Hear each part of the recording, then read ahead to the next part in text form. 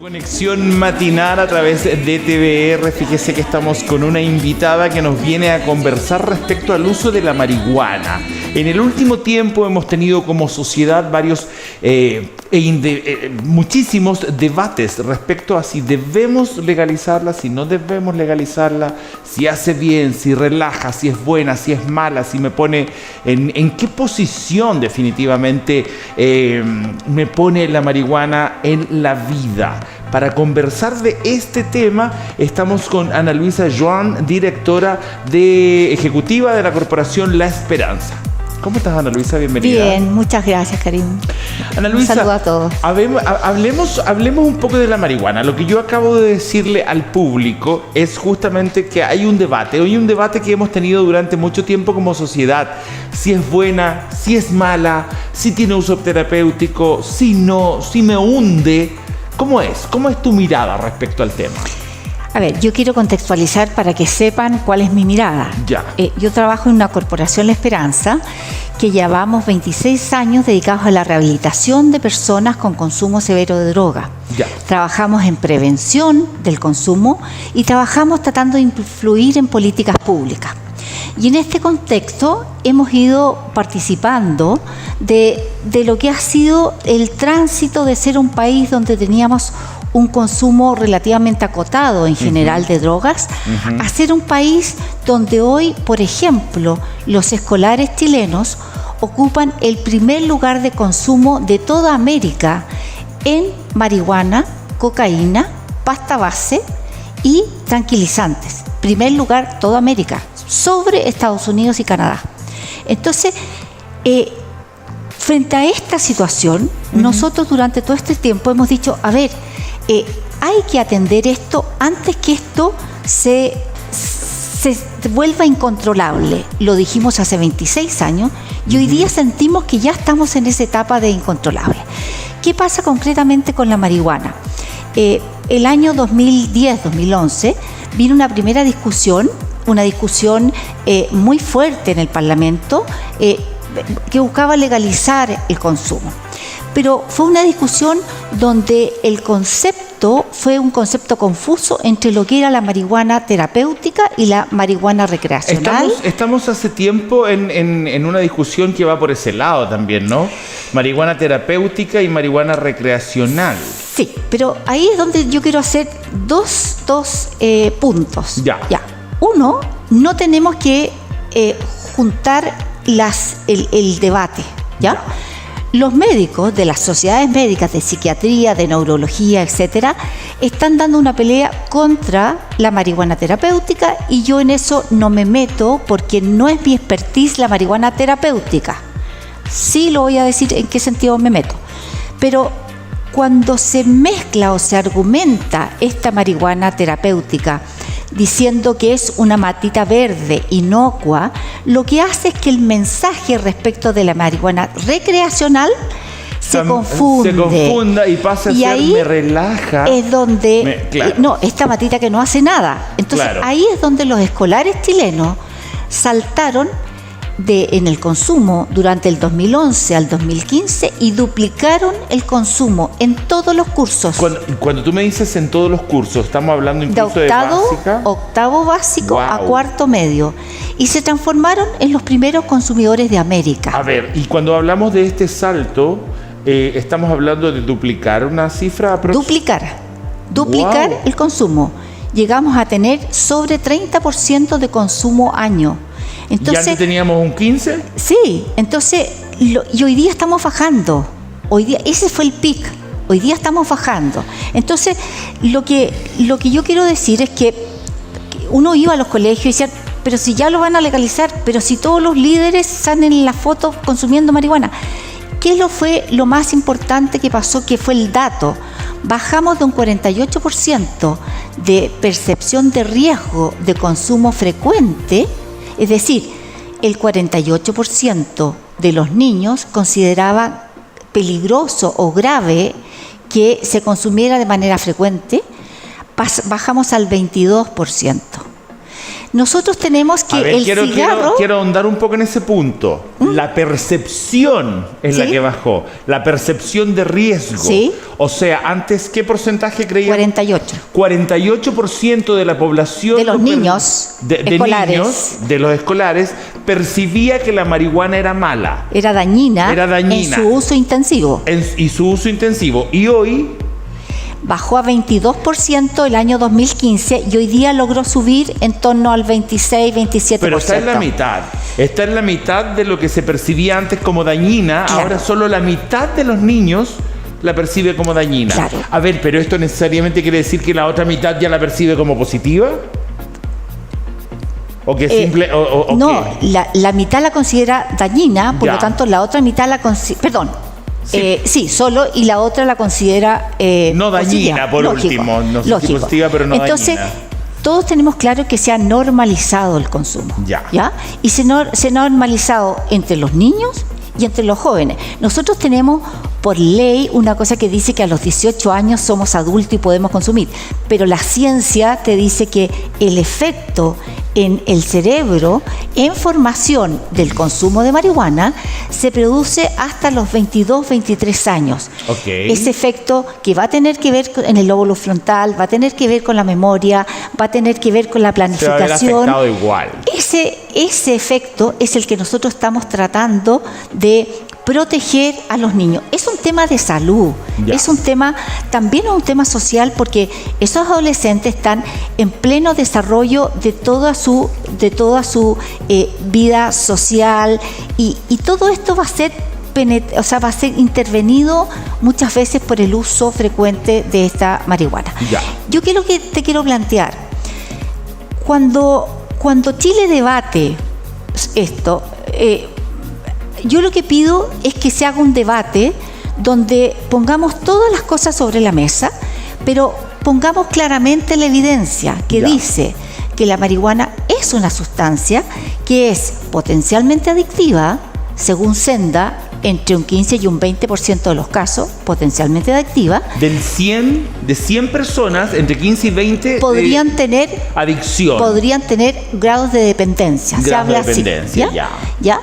Y que provoca daños, ¿ya? Daños concretos que podrían ser neurológicos, de memoria a corto como plazo. daños cognitivos. Pero también brotes psicóticos, problemas para las personas que tienen enfermedades, que podría tener un brote, por ejemplo, de la esquizofrenia, crisis de angustia, etc. Entonces, yo lo que como Corporación La Esperanza queremos es que esto se ponga en el debate, pero de verdad con la evidencia que hoy día existe. Hoy día existe evidencia que no es una matita inocua y que es una matita que provoca potencialmente adicción y daños. Entonces, a partir de eso, preguntémonos, ¿qué queremos hacer como sociedad? Y en ese debate, digamos, a ver, perfecto, hay personas adultas que quieren poder consumir, quieren poder conseguir su marihuana. Pongamos todo en el debate. Plantar su propia marihuana. Pero pongámoslo con claro cuál es el objetivo como país que queremos. ¿Y cómo ha sido, según tu mirada, Ana Luisa, la experiencia en los países que sí la han legalizado? Yo te quiero decir lo que acaba de publicar la JIFE, que es la Junta Interamericana la Junta Internacional de Fiscalización de Estupefacientes, y que tiene que ver con la ONU, y lo que ellos han recogido todavía son estadísticas que requieren más años. Ajá. ¿Ya? Claro, está muy nuevo todavía. Pero tanto en Colorado como en Washington, como en Canadá, como en Uruguay, lo que se ha recogido es que ha aumentado el consumo en aquellos estados y países donde se ha legalizado, pero de manera importante. Por ejemplo, en Estados Unidos, del 3,96 al 16,6. ¡Wow! O sea, 4 veces. Bastante fuerte. Oye, ¿y esto ha bajado el mercado negro, el tráfico? Solo decirte que en general, si yo te leyera en cada uno de los países, más o menos el aumento del consumo. Por ejemplo, en Estados Unidos es ese. Nosotros tenemos, por ejemplo, en Washington subió de 6,2 a 14,6. Perdón, Colorado. En Washington, de 8,6 a 16,6. Más del doble igual. En Uruguay del 7 al 21%. Se triplicó. En Canadá del 2 al 16%. Entonces, Wow. Hay un aumento. Por lo tanto, el primer efecto es que hay un aumento. A ver, El segundo efecto, que tú me lo acabas de preguntar, es qué pasa con el mercado con negro. el mercado con el negro, porque narcotráfico. podría ser que uno dijera, mira, lo que nosotros queremos buscar, y está bien, ¿cuál es el bien que buscamos? Queremos buscar la disminución del mercado negro. Bueno, en estos países lo que se ha demostrado hasta el día de hoy es que el mercado negro significa entre el 50 y el 60% aún del mercado, ¿ya? Y está, por ejemplo, en Uruguay es el 50%, según la información que hay hasta el día de hoy, que informa esta junta ligada a las Naciones Unidas. El 75% en California, el 40% en Canadá. O sea, igual son altos niveles de mercado negro que De hay. mercado negro. Digamos, porque muchas veces en estos países, yo recuerdo los debates, se buscaba que el mercado negro bajara, casi desapareciera, y eso no sucedió. No sucedió por un tema de precio. O sea, finalmente, si este mercado negro logra conseguir vender una más barata, llegar más rápido, tener una marihuana de mayor potencia, etcétera. Pero Ana Luisa, a ver, yo también quiero entender, cuando estamos hablando de países que la legalizan en uso terapéutico solamente. No. Todo uso esto es recreacional. Todo lo que yo te he hablado es recreacional. Ok, ¿y cómo tú puedes acceder a una marihuana de manera recreacional? ¿Dónde compras? ¿Vas a uno de estos grown shop? ¿Acá? Sí, en estos países. En cualquier parte. En cualquier esquina hay una tienda y tú compras. En una tienda así como te compras una bebida gaseosa. Sí, y puedes oiga, y comprar. un gramo de marihuana. Y puedes así. comprar dulces, puedes comprar queques, puedes comprar cosas que hacen mucho más compleja porque los niños obviamente sienten mucho más atracción al ver un queque rico que no sabe qué contenido, qué proporción de marihuana tiene. Y entonces tenemos también que han aumentado los problemas de salud asociados a esto. Ya, ¿cómo y ahí cuáles? tenemos que, por ejemplo, las llamadas de emergencia por problemas de efectos de la marihuana o intoxicación o brote psicótico o angustia, etcétera, aumentaron en 157%. En esos lugares. En estos lugares. Y las llegadas a puntos de emergencia, a hospitales, a El que me emergencia. estoy muriendo, estoy sintiendo no sé qué. Estoy con un brote psicótico, Ya. estoy con una sobredosis, etcétera, aumentaron en un 57%. Entonces, ¿qué es lo que tenemos? Uno podría decir, y está bien, decir, mira, lo que yo quiero buscar es que bajen los niveles de delincuencia asociada o Ya. más bien delincuencia asociada a la venta, Ya. o sea, el tráfico de drogas y que se vinculen niños, etcétera, al tráfico. Bueno, lo que hemos visto es que hasta hoy, lo que hoy día se puede decir es que se ha mantenido en un porcentaje importante. Ya, Lo que hemos visto también es que ha aumentado el consumo ya. en todos estos países. Y háblame un poco de Chile igual. Quiero Ya. saber cómo vamos nosotros. ¿Cómo vamos nosotros? Y lo tercero que quiero decirte es que en esos países aumentó también los problemas de salud vinculados al consumo. ¿Qué nos pasa en Chile? En Chile, estos mismos 15 días que recién acaba de aparecer este informe de la JIFE, Ya. reciente, Ya. apareció un informe publicado en la revista The Lancet, que es una revista muy prestigiada Sí, claro, desde un punto de vista la conozco. de un punto de vista académico y de investigación, y dice que Chile es ocupa el primer lugar de Sudamérica Ya. en pérdida de vidas anticipadas por consumo de marihuana. Ya. 18,8% de vidas por cada 100.000 habitantes. Ok, ¿Qué es lo eso- que nos está diciendo? Que es personas por alguna circunstancia ligada al consumo de marihuana directa, mueren. A ver, eso quisiera que me lo explicaras un poco. Cuando tú me dices, a ver, nómbrame alguna cosa que te puede pasar por un consumo de marihuana. Un brote psicótico, Un suicidarte, accidente. o chocar. Sí, o sea, lo que mira, no hay, o sea, lo que se describe son accidentes y problemas relacionados directamente con el consumo de marihuana, y hay pérdidas de vida en esta situación equivalentes a un 18,8% por cada 100.000 habitantes. Y discapacidad, o sea, alguien queda producto de un accidente por manejar con marihuana o por Con una discapacidad. queda el 18,8% también queda con discapacidad. Nosotros también ocupamos el primer lugar en opioides, que es tema de otro programa. Ya, y finalmente, ¿en qué va la discusión chilena legal al respecto? ¿En qué estamos? ¿En qué estamos? Hoy día están paradas, detenidas, las leyes que tienen que ver con el cultivo recreacional, ¿ya? Y con el uso recreacional. Ya. Sin embargo, en estos mismos días, hace unos 15 días, se aprobó una modificación a la ley 20.000, que es la ley que regula... ¿Qué regula esto? Lo que es el narcotráfico, el tráfico de drogas en general. Ya. Y lo que buscaba esta modificación era poder darle uso a todos los bienes de los decomisos, ¿ya? Y poder darle uso rápido antes que se deterioraran, y que ese uso, esos fondos, fueran a financiar los programas de rehabilitación y a las policías en todo lo que era la búsqueda y el decomiso de sustancias. Ya. Sin embargo, como un apéndice así entre medio, se metió la legalización del cultivo para el uso terapéutico, sin una discusión, que ahí es donde yo apunto, sin una discusión que tuviera que ver con esta mirada país, que es la que yo reclamo. Miremos el tema de la marihuana en general y digamos cuál es el bien que queremos. ¿Cuál es el bien que queremos proteger? ¿Cuál es el bien que queremos alcanzar? O sea, ¿en qué situación estamos?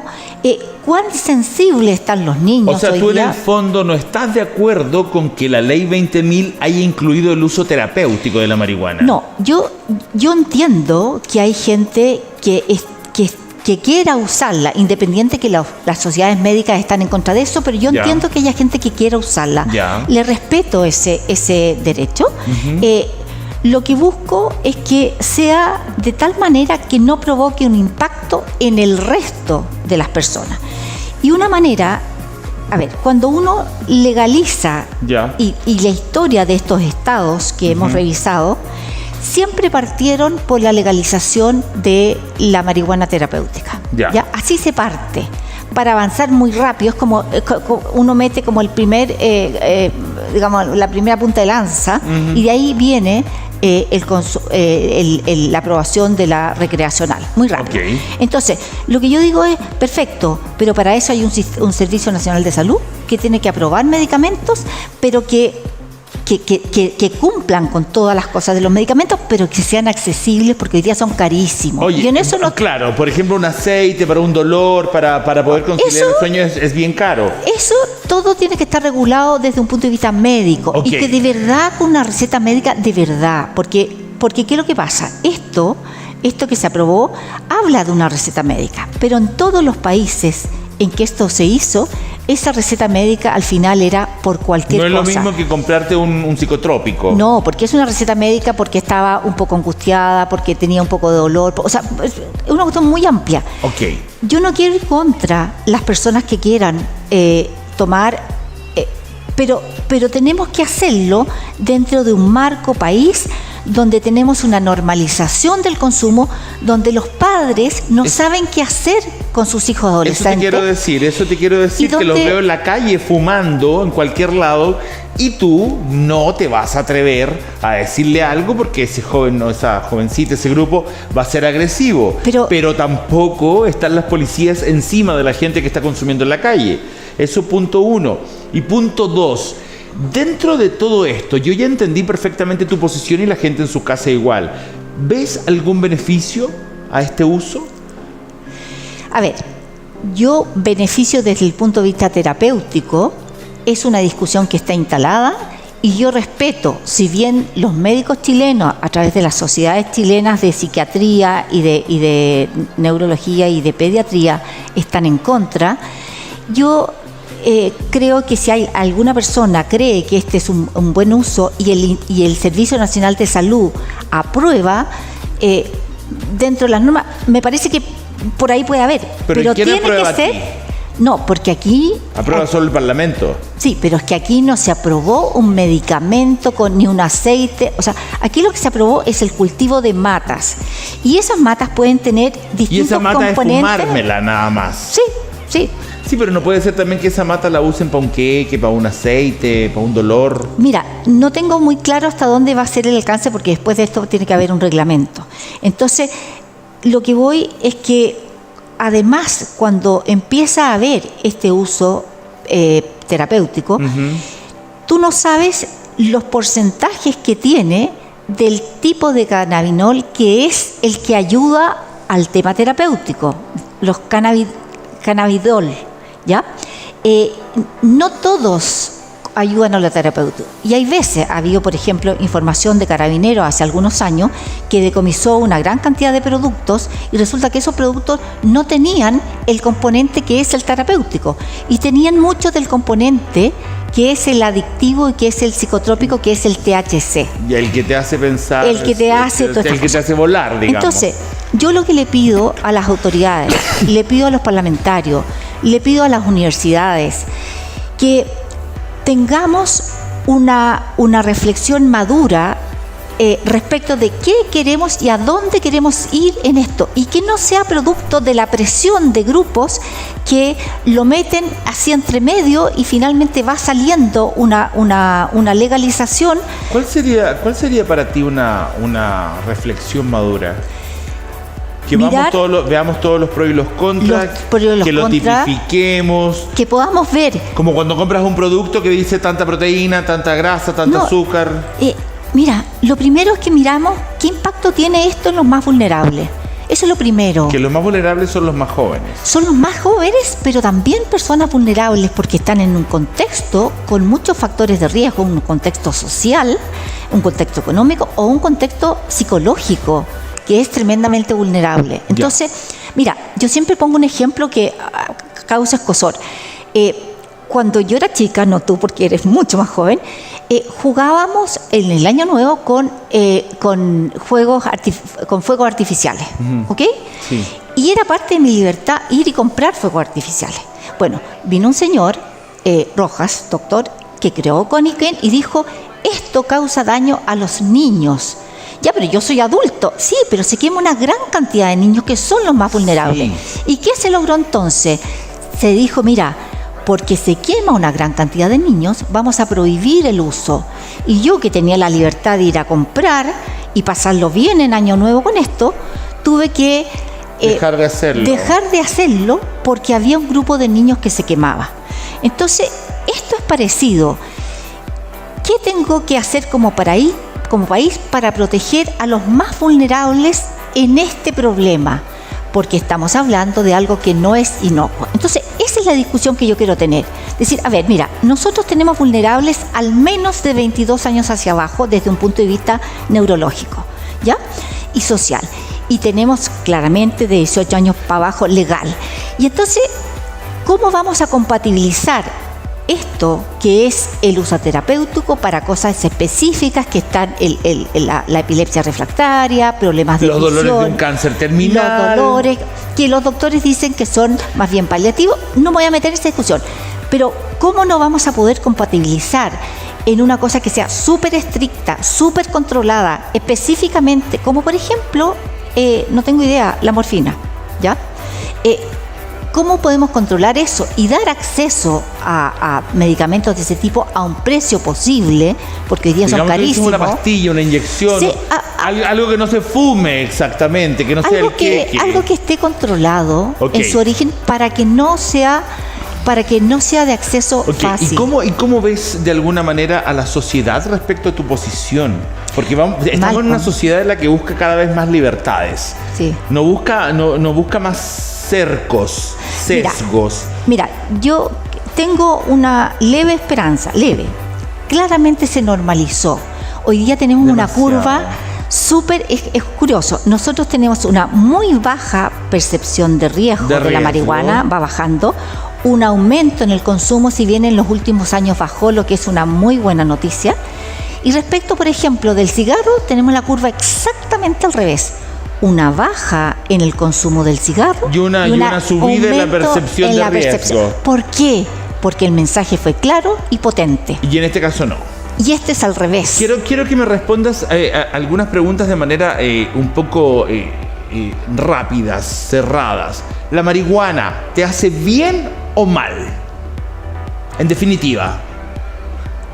A ver, es potencialmente dañina y es potencialmente adictiva. Si tú a eso le agregas que te hace bien o mal, hay gente que se siente bien fumando marihuana, pero eso no significa que no tenga el riesgo. Ya. ¿Ya?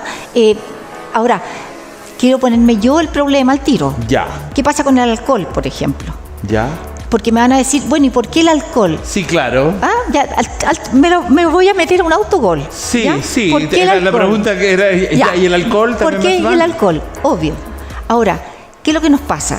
Hoy día, siendo bien realista, plantear eliminar el alcohol es algo... es imposible. Claro. Es imposible. Pero yo lo miro desde, por ejemplo, nuestros niños. Si no somos capaces hoy día de controlar el consumo de alcohol en los niños, que es ¿cómo se llama? Legal. Ya. ¿Para qué vamos a agregar otra sustancia donde el problema va a ser que vamos a facilitarle más el acceso? Chile es uno de los países donde los niños tienen más fácil acceso a las drogas. Wow. Y también al alcohol. Entonces, si tú legalizas, lo que haces es que justamente haces todavía más fácil cuando ni siquiera hemos podido controlar la sustancia que tenemos, que es el alcohol, ni tampoco los medicamentos. Oye, Ana Luisa, mira, justo en nuestro GC, ¿qué cambios se dan en la personalidad de alguien que consume marihuana? ¿Qué cambios se dan? Mira, alguien que consume marihuana, digamos, diariamente, no sé si a diario, recreacionalmente, un par de veces a la semana, se fuma algo de marihuana, ¿y qué le pasa a esa personalidad en ese rato? A ver, va a depender de cada uno. Hay gente que no le va a pasar nada, ¿ya? O sea, tengamos claro que dan esto... siempre la sensación de estar... No, hay gente que no le va a pasar nada, se va a relajar, lo va a pasar bien, hay algunos que se van a reír, de todo. Pero hay gente que lo que empieza, y esto es lo que les pasa a los adolescentes, que empieza a tener una personalidad parecida a una depresión, ¿ya? Wow. Esa es la personalidad que uno empieza a ver en el adolescente. Y entonces la mamá dice, me cambiaron a mi hijo. No es mi hijo. Y no es mi hijo porque mi hijo llega sin hablar, es como un poco antisocial. Es un niño que está para adentro, es una... Espera, ¿pero eso es durante el momento que está con el consumo sí, o en general? Lo que pasa es que el consumo de la marihuana permanece en el cuerpo durante bastante tiempo, ¿ya? Entonces cuando tú vuelves a consumir y después vuelves a consumir, al final vas tomando teniendo una línea, un patrón, un estado. Un estado de un chiquillo aletargado, un chiquillo que le cambió la personalidad. Y esa mamá dice, me cambiaron a mi hijo. Y hay una confusión entre si el chiquillo está con depresión o lo que tiene es consumo de marihuana, ¿ya? Y bueno, y eso es parte de los problemas que hoy día tenemos. Tenemos una gran cantidad de chiquillos, no tenemos la suficiente acceso a tratamiento para esos chiquillos. ¿Hay más mujeres o más hombres en esto? En el caso de la marihuana hay más hombres que mujeres, pero okay. Muy cerca. Muy cerca. O sea, las mujeres más que cerca han ido avanzando rápido. Ya, ahora justamente... El alcohol es más, en adolescentes, más las mujeres que los hombres. En alcohol. Sí. Alcohol más las mujeres y marihuana más los hombres. Oye, Ana Luisa, ¿y ustedes como Fundación La Esperanza, alguien puede ir a buscar allá ayuda? Sí. ¿Cómo es eso? Nosotros tratamos a los más graves entre los graves. ¿A los más graves entre los graves? Sí. Pero quiero decirle una cosa. Cerca del 90% de nuestros chiquillos y chiquillas, son hombres y mujeres, partieron consumiendo alcohol y marihuana en torno a los 13 y los 14 años. Wow, ¿ya? Y llegan a pedir ayuda después de 20 años, 15 años. No llega el chiquillo de 18 años. Llega el de 35. Topó fondo, el que pasó de la marihuana a la pasta base, a la cocaína, y empezó a tener a robar, a delinquir para conseguir las drogas. Sí, porque obviamente hay gente de menos recursos la que nos llega a nosotros, ¿ya? No es que tenga a alguien que le vaya a financiar el consumo, tiene que salir y finalmente empieza a robar en su casa. ¿Y cómo se financian ustedes para poder avanzar? Nosotros un 30% con licitaciones de senda y el otro porcentaje 100% con donaciones. Y de hecho tenemos una colecta el día 16 porque hay un programa de abril. 16 de abril van a ser 10 días de colecta. Hay un programa precioso que solo te voy a dar el titular, que lo que hace es rehabilitar a las guaguas recién nacidas que nacen con daños producto del consumo de su madre durante el embarazo. Pero los vamos a rehabilitar a los dos, a la guagua y a la mamá.